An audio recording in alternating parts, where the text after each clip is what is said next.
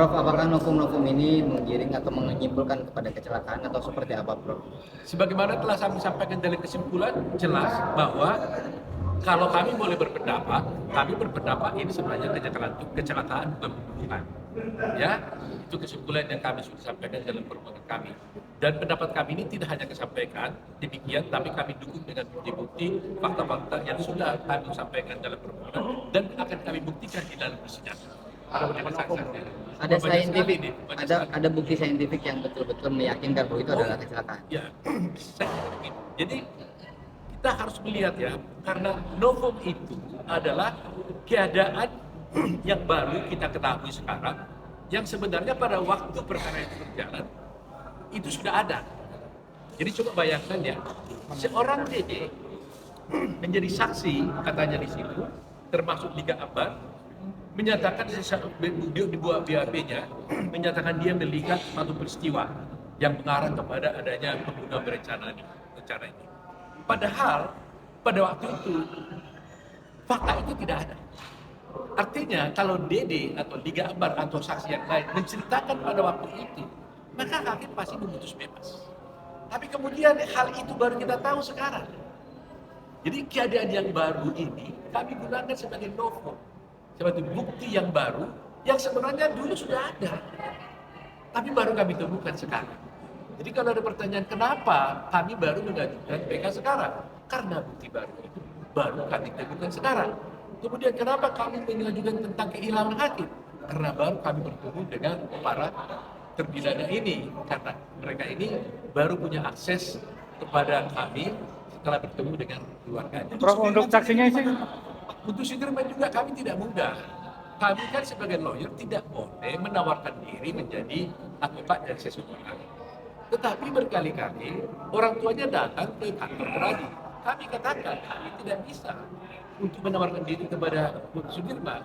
Tapi kalau Sudirman meminta kami untuk menjadi pengacaranya, welcome, kami sedang hadir. Entah kenapa ada kesempatan pada waktu itu. Sebelumnya kan Sudirman kita tidak tahu berada di mana. Orang tuanya juga tidak bisa bertemu dengan Sudirman karena katanya konon dia ditahan di Polda Jabar dan tidak punya akses kita masuk ke sana. Keluarganya juga belum pada waktu itu. Nah sekarang karena apa-apa sudah bertemu dengan Sudirman minta kepada kami melalui keluarganya untuk menjadi pengacara. Itu sebabnya Sudirman kami ajukan PK-nya kemudian setelah kami mengajukan PK terhadap yang 6 orang ini. Untuk dari Rebo itu gimana, Prof? Digabungkan ini, Prof. Tadi kami minta kepada hakim agar sebenarnya bisa digabungkan. Jawaban Tapi hakim, Prof? khusus yang ini, yang 6 orang majelis hakim setuju digabungkan seperti tadi. Tapi Sudirman dia bilang karena sudah terlalu jauh jangka waktunya untuk mengajukan PK permohonannya, majelis hakim berpendapat tetap harus dipisah. Ya, akhirnya sangat melelahkan ya, karena kasusnya juga sama, tapi harus tetap kita bersidang khusus Sudirman lagi di samping. Artinya akan dilakukan pada 25 September nanti. 25 September akan sidangnya Sudirman. Prof, untuk Memang kita juga ingin melihat Sudirman karena ini selalu orang yang selalu dibicarakan. Prof, untuk hari Rabu untuk saksi sendiri itu gimana, Prof? Untuk saksi-saksi yang akan Ya, dihadirkan? nanti kita akan bawa semua saksi-saksi yang diperlukan secara bertahap. Ya. Jumlahnya berapa, Prof? Wah, ini banyak sekali tuh, banyak sekali. Tapi nanti kita seleksi dulu.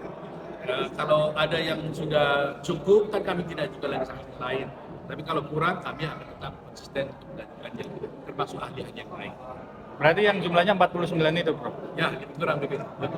Apel kamu. Tadi kehilangan hakim berarti bisa disimpulkan ada peradilan sesat juga dalam kasus ini. Ya, miscarriage of justice kan. Itu namanya suatu peradilan sesat. Ya, jadi khilaf. Ya kan? Khilafan itu, ya kami tidak akan menuduh sengaja, tapi namanya khilaf. Ya. Nah, kalau khilaf, maka harus diperbaiki. Gitu.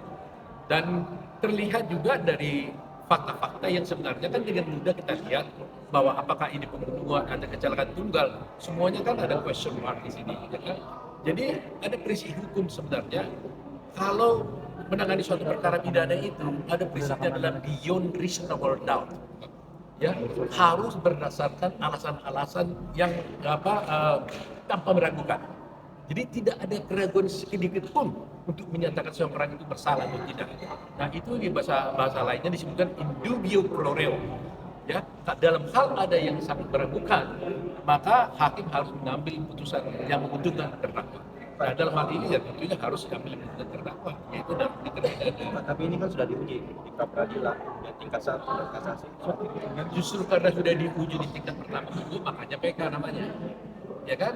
Nah, jadi PK itu memang diberikan sejak zaman kasus yang di Jakarta, akses kepada seorang terpidana, ya, terdakwa atau terpidana untuk mengajukan peninjauan kembali atas putusan yang sudah inkrah.